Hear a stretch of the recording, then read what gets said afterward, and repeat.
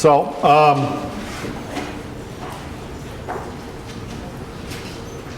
thought I'd start today with something. In Monday's lecture, you were shown something that I was going to do myself. But I'd like to back up and go over it one bit more. This is something now I'm going to show you that you're not responsible for. It's the following. We said that the definition of momentum ought to be changed to be gamma.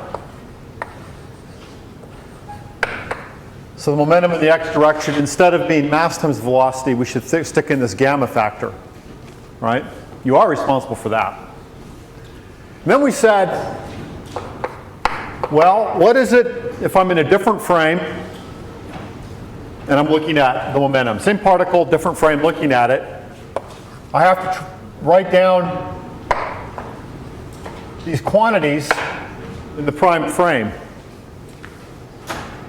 And we had that this is how the velocity changes when you go from the unprimed frame to the prime frame. Actually, so far you're still responsible for all this. Okay? And then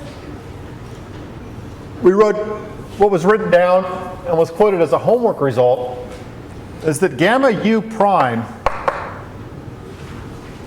was hocus pocus gamma v gamma u 1 minus ux v over c squared. Okay? And that is a homework problem that I did not assign. Okay? And I had second thoughts about that, just quoting that result. And I thought I would go through and derive that result. It's a bit of algebra, it's a bit tedious. You should just take the spectacle of the thing in, okay? You don't need to write this down. But I just want to show I don't like it being smoke and mirrors. And it's actually a hard enough homework problem. If I sign this, I bet a lot of you would get stuck before you got through it. Okay? So this is just pure algebra, but I want to demonstrate. Also, I think by going through it, I'll make clear a little bit what these terms are. What did I mean by gamma u prime? That meant, write down gamma. What is gamma? 1 over the square root of 1 minus the velocity squared over c squared. But for the prime frame, all right? So just by definition, gamma u prime is the square root of 1 over, it's 1 over the square root of 1 minus u prime squared. Okay? What's u prime squared? Well, it's all of the velocities separate in x, y, and z added up. Ux prime squared plus uy prime squared plus uz prime squared all over c squared. That's what it is. Okay? So let's just go for it. I need this whole board.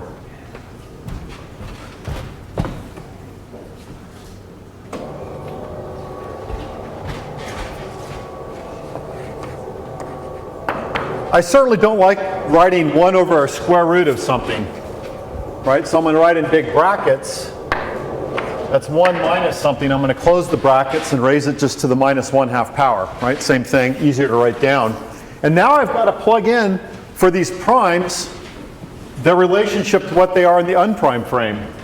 I already wrote down the x prime term.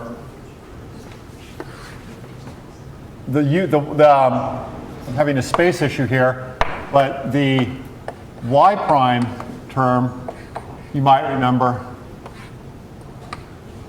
distances in the y direction are the same, but the time is changing. And so that's gamma v 1 minus ux v over c squared. And note I have this business gamma v versus gamma u. So gamma v is just gamma as the mathematical oddity with the v as the velocity, and v was the relative velocity of the two coordinates. Gamma u is just the gamma mathematical thing, but with u, the velocity of a particle plugged in. So that's what gamma v is there. That's, you know, transforming, looking at a velocity in one frame versus looking at another frame. Okay, so I've got to plug this in here, and I've got to square it. I've got to plug that in there. And you remember the z prime equation was pretty much the same. Okay, so for all three of these terms, I've got this 1 minus ux v over c squared in the denominator. All right, so I'm going to pull it out as a common term, 1 minus ux v over c squared, and it got squared. Okay, so it was underneath each three of these guys. There's a 1 over c squared from right there. The y and the z have this gamma v. Let me pull it out. And then I have to multiply it as a prefactor of ux squared, ux minus v squared. So I've done a lot of rearranging all at once, but right, this term here, ux minus v squared times gamma v divided by gamma v divided by this is just that term with the 1 over c squared plus u prime uy squared plus uz squared. Okay? Ah, sorry, not yet. Now, all to the minus 1/2. So far, so good? I'm going to notice that this is uy squared plus uz squared. If I just add ux squared to it, that is total u squared. And so let me subtract ux squared over there. Okay? I'm going to add it and subtract it, all inside of this thing. Now I'm going to go to the next line of algebra. It's going to be convenient to pull this term and this term outside of the bracket. In other words, I had 1 over 1 minus ux v over c squared, that's this, and I have gamma v squared. I'm going to pull them outside of here. It's still to the minus 1/2 power. So this was a 1. If I pull these two things in the denominator out, then I have to put them in the numerator here. 1 minus ux v over c squared gamma v squared. That's the one term. Look, the reason I'm doing this is at some point in your career, you're going to be doing this yourself, right? So I'm going to show you now. So you buy this 1 over this stuff to the minus 1/2 power, and all this is still going to be to the minus 1/2 power. So this times this is just the 1. But now in front of all this garbage, I don't have that term or that term. So I could just write down minus 1 over c squared. That's this. These two got pulled out. And now let me work on this inside. Okay? I have gamma v squared times this thing I have to square out. So I have gamma v squared times ux squared. And I have a minus ux squared. So I have gamma v squared minus 1 times ux squared. So that's this term, part of this whole squaring, and that. The rest of squaring this out is minus 2 uxv. Okay, so minus 2 gamma v squared ux v. And now I square v squared. And I multiply it by gamma v squared. And let me see, the negative, this is a positive term, only the cross term was negative. All right? And then this is just u squared. Despair not, we're actually getting one somewhere. Okay? Now let's look at the preterm. It's 1 over 1 over. Okay, so that's all in the numerator. This is the square root, and these are squared. lo and behold, and I'll rearrange the order, that's just gamma v times 1 minus ux v over c squared. And I get to just take the positive root here. That's half of what I needed to get, remarkably. All right? Now let's see if this garbage in the inside simplifies down. I'm going to square out this guy too. 1 minus 2 ux v over, okay, that's this squared, and then the cross term, and then the square of this. So now I'm working on the cross term. It's multiplied by gamma v squared. The 1 was multiplied by gamma v squared. This is multiplied by gamma v squared. And now I square that term. It's positive. It's ux squared v squared over c fourth gamma v squared. All right? And now this is getting pretty simple. Well, not yet. I just have to multiply by c squared on all this. Remember I said there was one trick? Gamma squared beta squared is gamma squared minus 1. So that's how I carefully arranged this. This is gamma v squared. Beta squared is v over c. That is this thing. Okay? So multiply through. So this is minus 1 over c squared times this. So minus 1 over c squared, gamma v squared over c squared. There was a c squared here, so that'll be c fourth. Ux squared. Okay, that's that term. This term is the negative and the negative are positive, plus 2 gamma v squared ux v, and then I finally put the c squared term there, plus gamma v squared, this term, v squared over c squared. Sorry, I think I have a negative sign. That was positive, but there was a negative out front. And this is just u squared over c squared with a negative sign.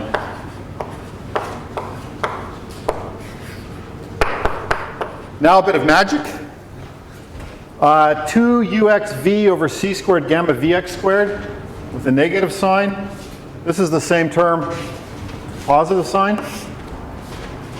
ux squared v squared over c fourth gamma v squared. Same term. Okay? Let's look at this. This is, and that is gamma v squared times 1 minus, that's that, and this is that minus v over c squared. What is gamma squared? Gamma v. Gamma v is 1 over 1 minus v over c squared. This is 1. Right? That's gamma squared times 1 over gamma squared. Okay? So that's this term, and this term is all 1. Okay? So the whole thing, this is gamma u prime, I'm left with gone, gone, gone, gone. All of this is 1. So this is 1 minus u over c squared. Let me just rewrite that. I've said gamma u prime, I've written it down over there, equals gamma v times 1 minus ux v over c squared times 1 minus, and all I'm left with is u squared over c squared to the minus 1/2. That's gamma u. Okay, so just in the off chance that you had 2 sleepless nights because you couldn't believe that that were true, it's true. And this stuff all works out. That's maybe about the trickiest bit of algebra at this level of teaching special relativity. The book relegated it to a homework problem, which I didn't assign. Okay? Hope that was edifying. All right. So all this stuff can work out.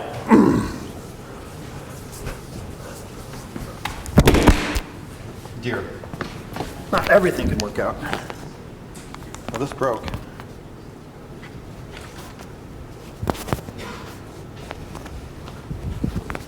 You still hear me? All right. Okay, so now let's turn back to some more physics, real physics discussion.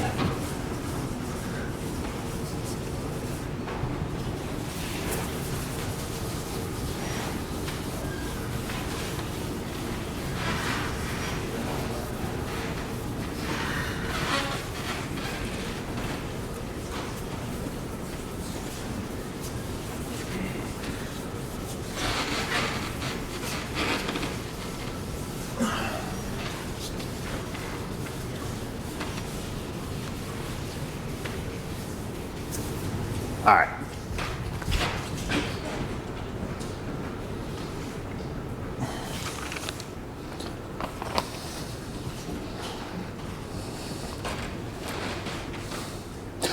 I want to return to the problem you were working on last. But before I get there, I just want to point out a few more things about what we've done, where we're headed.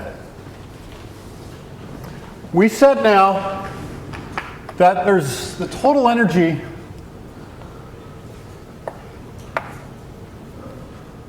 of a system is gamma mc squared. We've also said that the momentum is gamma mu. Or more specifically, the momentum, say, in the x direction is gamma mux. And this is gamma sub u. I could same in the y and the z directions.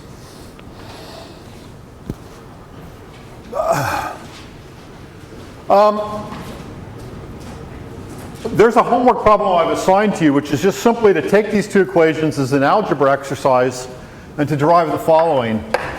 B squared equals p squared c squared plus m squared c fourth. That's a famous equation. It's not as famous as E equals mc squared, right, which is after all super famous, but this is a very useful equation. Many times when you're having to solve a problem, in fact, when I am faced with a relativity problem, I almost always first, not like, you know, the spaceships and the time dilation, but if there's, you know, some particles and some momentum and some energy, this is the equation you actually will often want to reach for first. I mean, there's the systematic way to solve momentum and energy problems, and I'm not saying don't do that, but often this tells you everything you need to know, that one equation. And let me explore that just a tad. This, after all, is just a quadratic equation. So one way to look at it is that this is just a graphical representation of that equation. I have a triangle whose hypotenuse is E. One side is mc squared, you know, the square root of that term, and one side is just pc, which is the square root of that term. Okay? Now, ordinary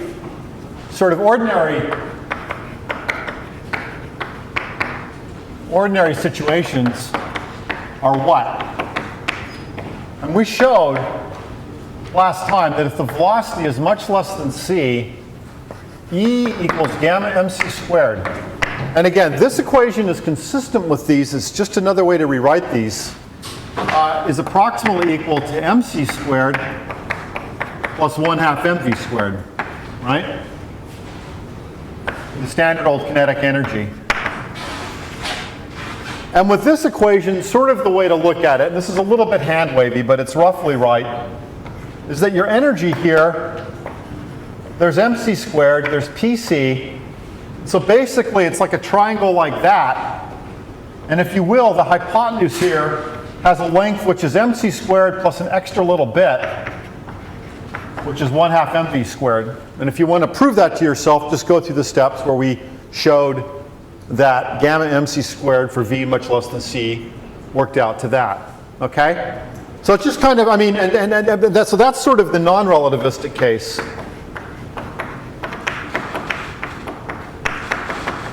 On the other hand, if it's super relativistic, which can happen, you can have PC very big, like that, and E's there, and mc squared is there. Okay? So this is the very relativistic case.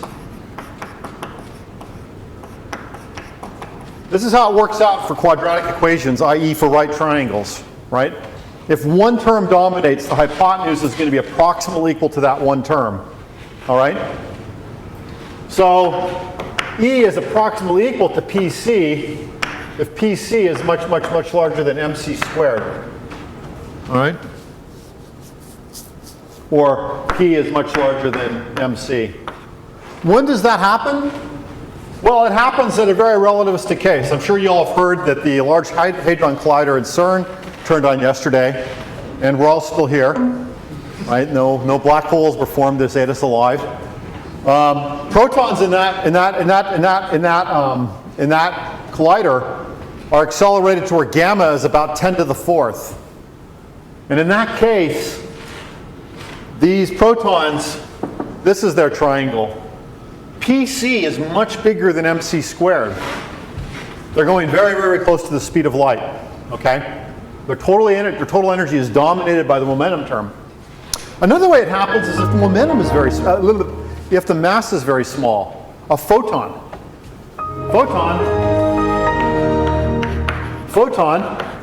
M is 0. And energy simply is equal to PC. And we'll return to that shortly. Yeah? Other when something starts to approach the speed of light, it gains more and more mass as it speeds up. Excuse me? Does it something as it speeds up gain more and more mass? That's a good question. Where did you hear that? I don't know. Right. So the modern view is that whoever told you that is bad. Okay? We're not supposed to teach you that. There was a point of view that people often used to adopt, that in this equation here, they would call gamma m the relativistic mass. And then they would say the momentum formula hasn't changed. P equals mv, or mu in this case. But just the m has to be refined. M is gamma m. And in that point of view, the mass increases. And then similarly, in that point of view, instead of this correct but messy equation, gamma mc squared, to recover the canonical and famous, but not generally speaking correct equation, mc squared for the energy. Except m would have a little asterisk, and you say that's the relativistic mass, and it's the mass that's increasing. And it's, it's pedagogy, but people now prefer to not use that language, okay? This is simply the formula for energy, that's simply the formula for mass, and there's this gamma there, okay? So this is the basic view of mass and energy and momentum in special relativity. If the energy gets really large, then the particle's overall behavior is dominated by this, and that is to say the energy is sort of the momentum times c, okay? However, if the particle's moving really, really low energy, it's totally dominated by this term, but this term isn't really important, right? It's the kinetic energy which is interesting, all right? So let me look at that in one way. If it's non-relativistic,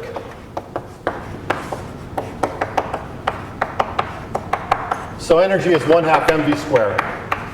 Sorry, not energy, but kinetic energy. Kinetic energy is 1/2 mv squared. Let's just look at the ratio of kinetic energy over total energy. Over mc squared, the mass energy, okay? Thinking of this non-relativistic limit, well, I shouldn't have written it that way. What I meant to write here was simply energy equals mc squared plus 1/2 mv squared. That's normal everyday life. How big is this term compared to that term? So I'm asking the kinetic energy, let's just put it here, kinetic energy over mc squared, that's just clearly 1/2 v over c squared, right? So if someone is walking, the velocity is in order of meters per second. This is on the order of 10 to the minus 16. Your kinetic energy is 1 part in 100 billion of 100 billion, okay, of mc squared. If I have a bullet, velocity of a bullet, you guys know what, meters per second, roughly? 1,000, a few thousand. Even terms, let's call it 3,000, then I get divided by 310 to the 8th. That's 10 to the 5 squared, 10 to the minus 10. If I have an explosion, what's the way to think about an explosion? Well, one way to think about an explosion is when I have an explosion, basically, if it's a very effective explosion, or flame, let's call it an explosion, I'm extracting chemical energy, about an electron volt, out of every atom. And then that gives a velocity to all the molecules or atoms in your explosive. And if you work that through, it's about 10 to the minus 6. Okay? So this mass energy term is just utterly large compared to kinetic energy in normal everyday life. And so, of course, in normal everyday life, this thing doesn't really matter, right? Because the other part of this is that, I mean, okay, so I'm Einstein and I come up with special relativity and I say there's this mc squared thing there. And then I've got all this stuff that if V is large, I have all this. But my gosh, what did that mc squared have to do with everyday life? There's this huge energy you're associated with you. I could all say you guys are much higher energy than you ever believed, right? In each one of you, there's enough energy, mc squared, probably not quite blow apart the planet, but certainly to wipe out most of the people in Ohio, say, okay? In fact, probably wipe out most of everyone in the US. If I could somehow harness that mc squared. But mass never changes, right? That's one of the things you've learned, is mass is completely conserved. Energy is completely conserved, right? Well, so then it turns out that's not true anymore. When we have these relationships, and this is now really truly the total energy. Well, that was amusing. Let's see if we do it again. No. And that's another way of expressing the relationship between mass and energy and momentum. I can actually have mass and energy sort of change one to the other, at least in principle. In practice, I'm not going to do it with one of you or with me or normal ordinary stuff. But there are processes that do interchange mass and energy. So as long as you're doing classical physics, and I have two balls and they collide and they do their thing, and I'm talking about energy and momentum, the fact is that this mass for each particle doesn't change. If I sum them up, that doesn't change. And so the fact that these massive terms, mc squared, are present, it doesn't matter. They just go along for the ride and they're invariant. But if the masses change, then you start to see this energy, you start to unlock this energy. Okay? So now let me return. Oh, I brought the wrong notes. That's all right. I'll do this by... Hopefully I won't get stuck. Let me return to the problem we did. You guys did the other on Monday.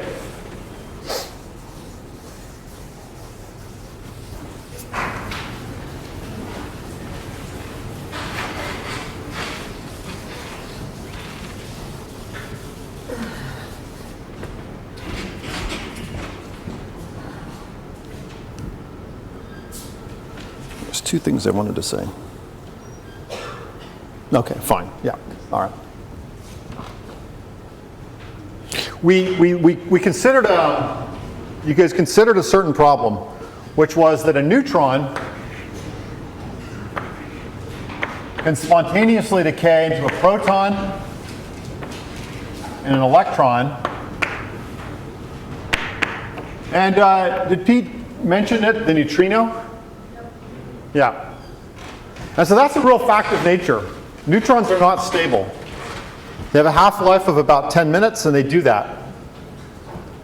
And what he showed you was how to solve the problem completely using momentum and energy conservation. I want to just take a slightly different approach here. I just want to talk about the energetics a bit. All right? So,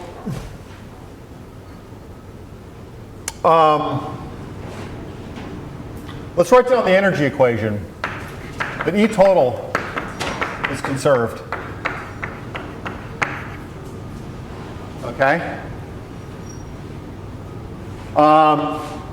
So that's the gamma m neutron, m neutron c squared. That's the energy before. If I include the neutrino, it gets messy. So-called three-body problem. When you did momentum and energy last fall, you didn't put three particles in the final state if you started with one or two in the initial state. It's not conceptually harder, it's algebraically hell. So I'm not going to do that. So we'll just throw him out.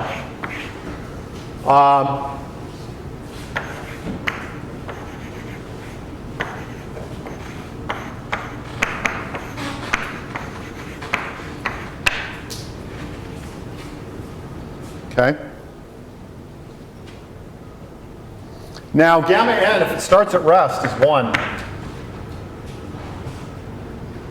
And in principle, to solve this problem, I should also consider the gamma of the proton.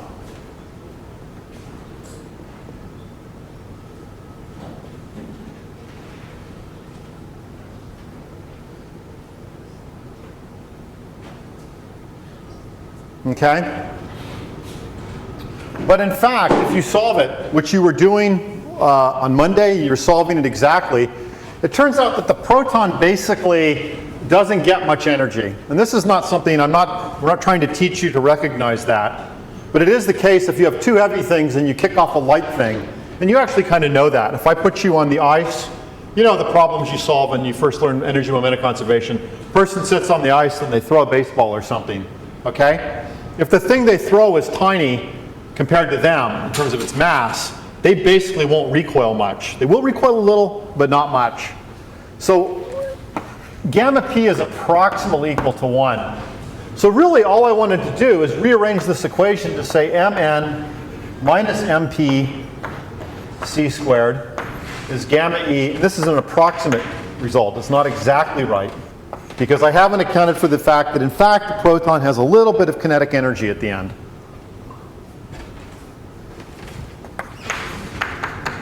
All I really wanted to show was that the energy of the electron is approximately just the mass of the neutron minus the mass of the proton times c squared, okay? And I want to say in a kind of qualitative way what happens, what's going on here. The mass of the neutron and the mass of the proton are both,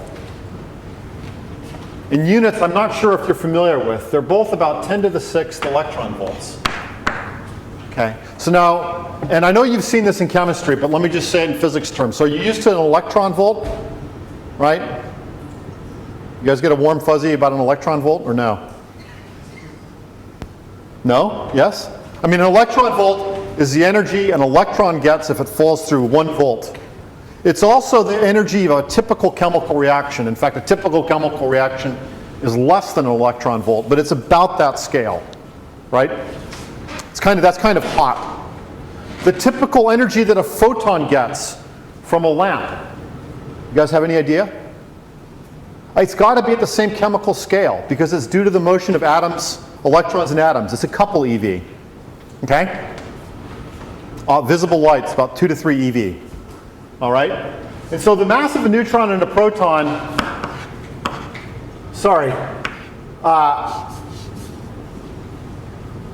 I don't mean mass directly. I certainly mean mn times c squared. I mean mp times c squared. The rest mass, the mass energy, if you will. So it's 1,000,000 times that. And we call that, no, not 1,000,000. Gosh. It's 10 to the 9th. 1 billion times that. And giga is the, Giga, 10 to the 9. A gigabuck. Kilobucks, $1,000. Megabuck, $1 million. Gigabuck, $1 trillion. 0.1 deficit. Gigabuck. All right? GeV. All right? Mn minus MP. Typically, physicists that get lazy, they just forget to write c squared down if you do this a lot. In fact, there's a whole unit system you get to use when you're seniors where you say c is equal to 1, and then you don't have to write it anywhere. It's about 10 to the minus 3 of their mass. In other words, they're different in mass by about a part in 1,000. And you probably knew this if you studied your periodic chart, right? You look up the, proton mass and electron and neutron mass. So that difference is about 1 MeV equals 10 to the 6th eV. All right? So that is the energy of the electron. And this is the number I don't know because I forgot my notes downstairs. I think it's 0.78 eV for this decay, but I could be remembering wrong. It's a little under an EV, an MeV.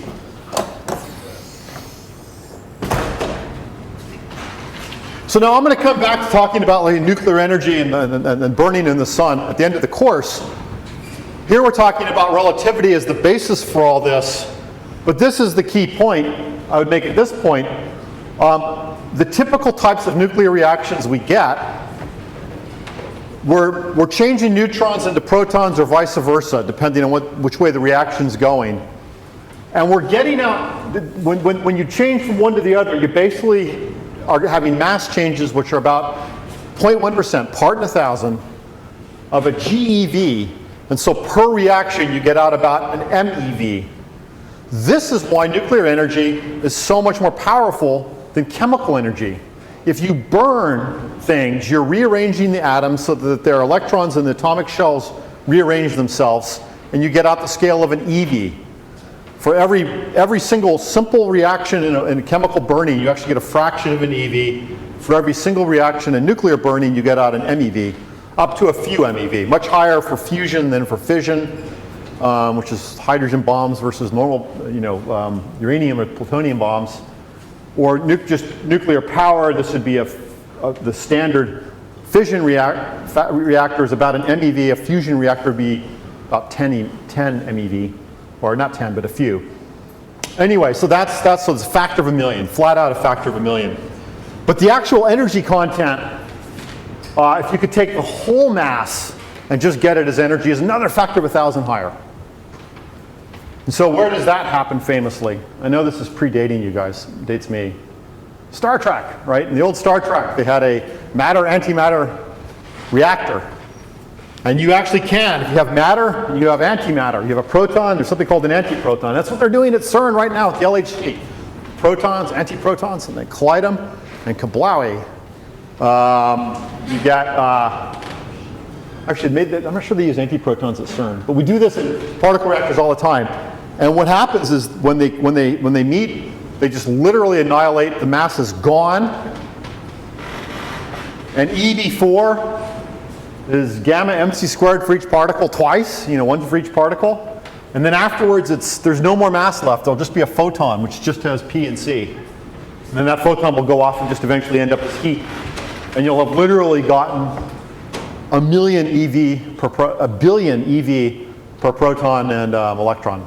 Okay? So that's the basic scale of nuclear physics. And that's how it's related to relativity. So let me close with another comment on this. Why are the neutron and the proton a different mass? Okay? And this is a little bit of a repeat of something you saw Monday, but I just want to put it, I'm either just flat out going to repeat it, or maybe I'm going to put it in slightly different language. But I think it wasn't told to you in terms of the neutron and the proton, and I think this is worth just knowing. What is a neutron and a proton? The modern view of a proton is that it consists of three things. Do you know what they are? Quarks, right? I believe quarks. Murray Gell-Mann, a famous physicist at Caltech, named them after I think a Yeats poem. Yeats. This quote was 3 quarks for Muster Mark, or something like that. So it's a nonsense word, but they're pieces of the proton. They come in 2 types, up and down. I think a proton is up, up, down, and I think a neutron is up, down, down. Okay? But let me ignore that for a second. The point is there's 3 of them. They weigh nominally about the same. For the purposes of what I'm going to say next, we're going to say that they weigh the same, all these quarks. In fact, I'm going to erase the U's and the D's. And they're held together by what are called gluons, which also have mass. All right? And so it's sort of like a hornet's nest. Okay? An angry hornet's nest. It's a hornet's nest, and then I've sealed it in a bag, and then I whack it, and they get really hacked off, but they can't get out. Okay? And so these things are whizzing around in there. They're relativistic. They're absolutely relativistic. Okay? And so if I say, what's the total energy in my angry hornet's nest, I would sum over the particles, and I would sum over their masses, and times gamma. Okay? And then there's this language, and I know that Pete did this for you on Monday, but let me just repeat it, where, well, that's fine. They're all whizzing around inside, and they're hot, and they're angry, and they're mad, they're doing all this stuff. But if I step back, and I have the hornet's nest, you know, I don't see if I didn't just wrap it in plastic, I wrapped it in opaque plastic, and I don't really know there's hornets in there. Okay? If I just held the thing, I would say that this is some overall gamma, I don't know, gamma tote, times some total mass times c squared. But of course, if I'm just holding it, this is just 1. I'm holding it. It's not moving. Okay?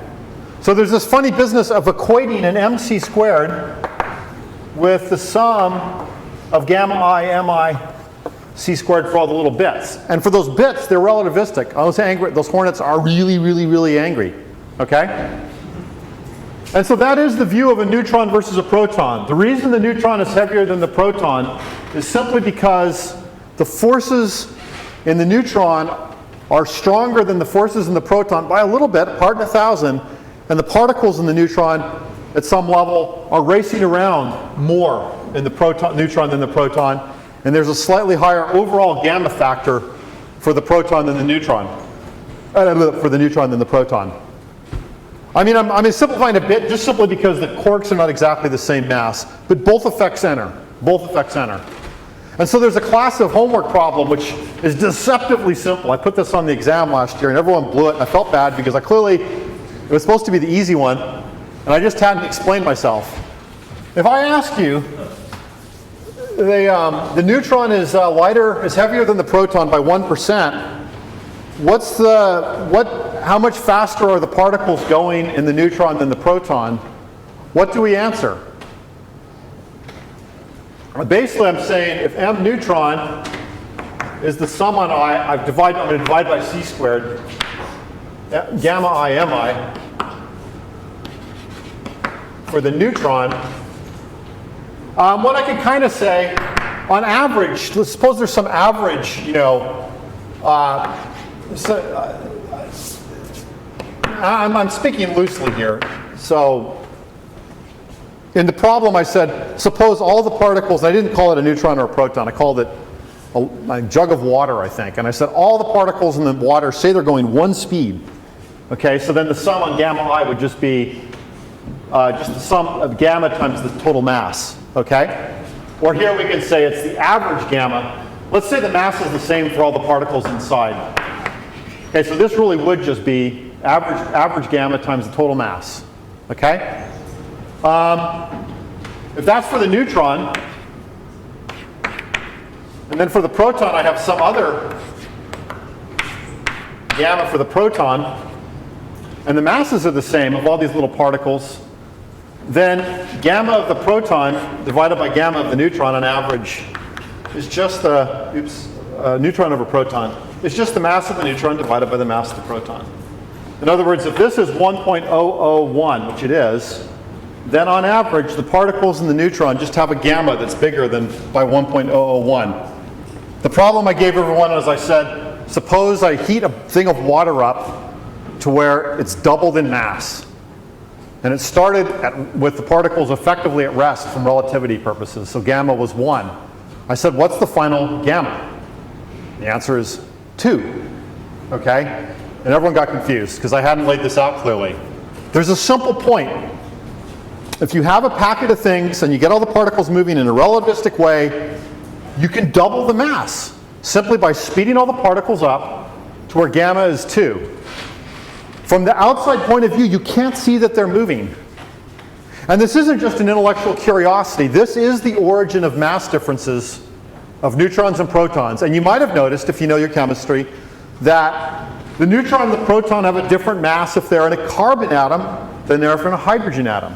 Not just that the neutron and proton are different, but they effectively have a different mass, right? You know that the mass scale is defined for carbon 12, and so you divide, it has 6 neutrons and 6 protons, you divide its mass by 12, and that's the average in that atom. But you take an atom like uranium, where there's 238 particles, you don't get the same average weight per neutron and proton in uranium. It changes. Why does it change? Because the environment in the nucleus either makes things be moving faster or less fast. Iron is the element where the things are moving the fastest. In iron, the neutrons and the protons weigh the most. And the reason they weigh the most is because in the nucleus of iron, the neutrons and the protons themselves are moving faster, and inside of the neutrons and protons, those quarks and those gluons are moving different speeds, which give us mass differences between a neutron and proton. So I just wanted to get that whole idea across, that the origin of mass for these type of particles, for real matter, for neutrons and protons, is a lot contained in the energy, this relativistic gamma mc squared. Not just mc squared, not just 1/2 mv squared. Gamma mc squared is the full energy. That's the mass content of relativistic particles. Okay, so I'll stop there.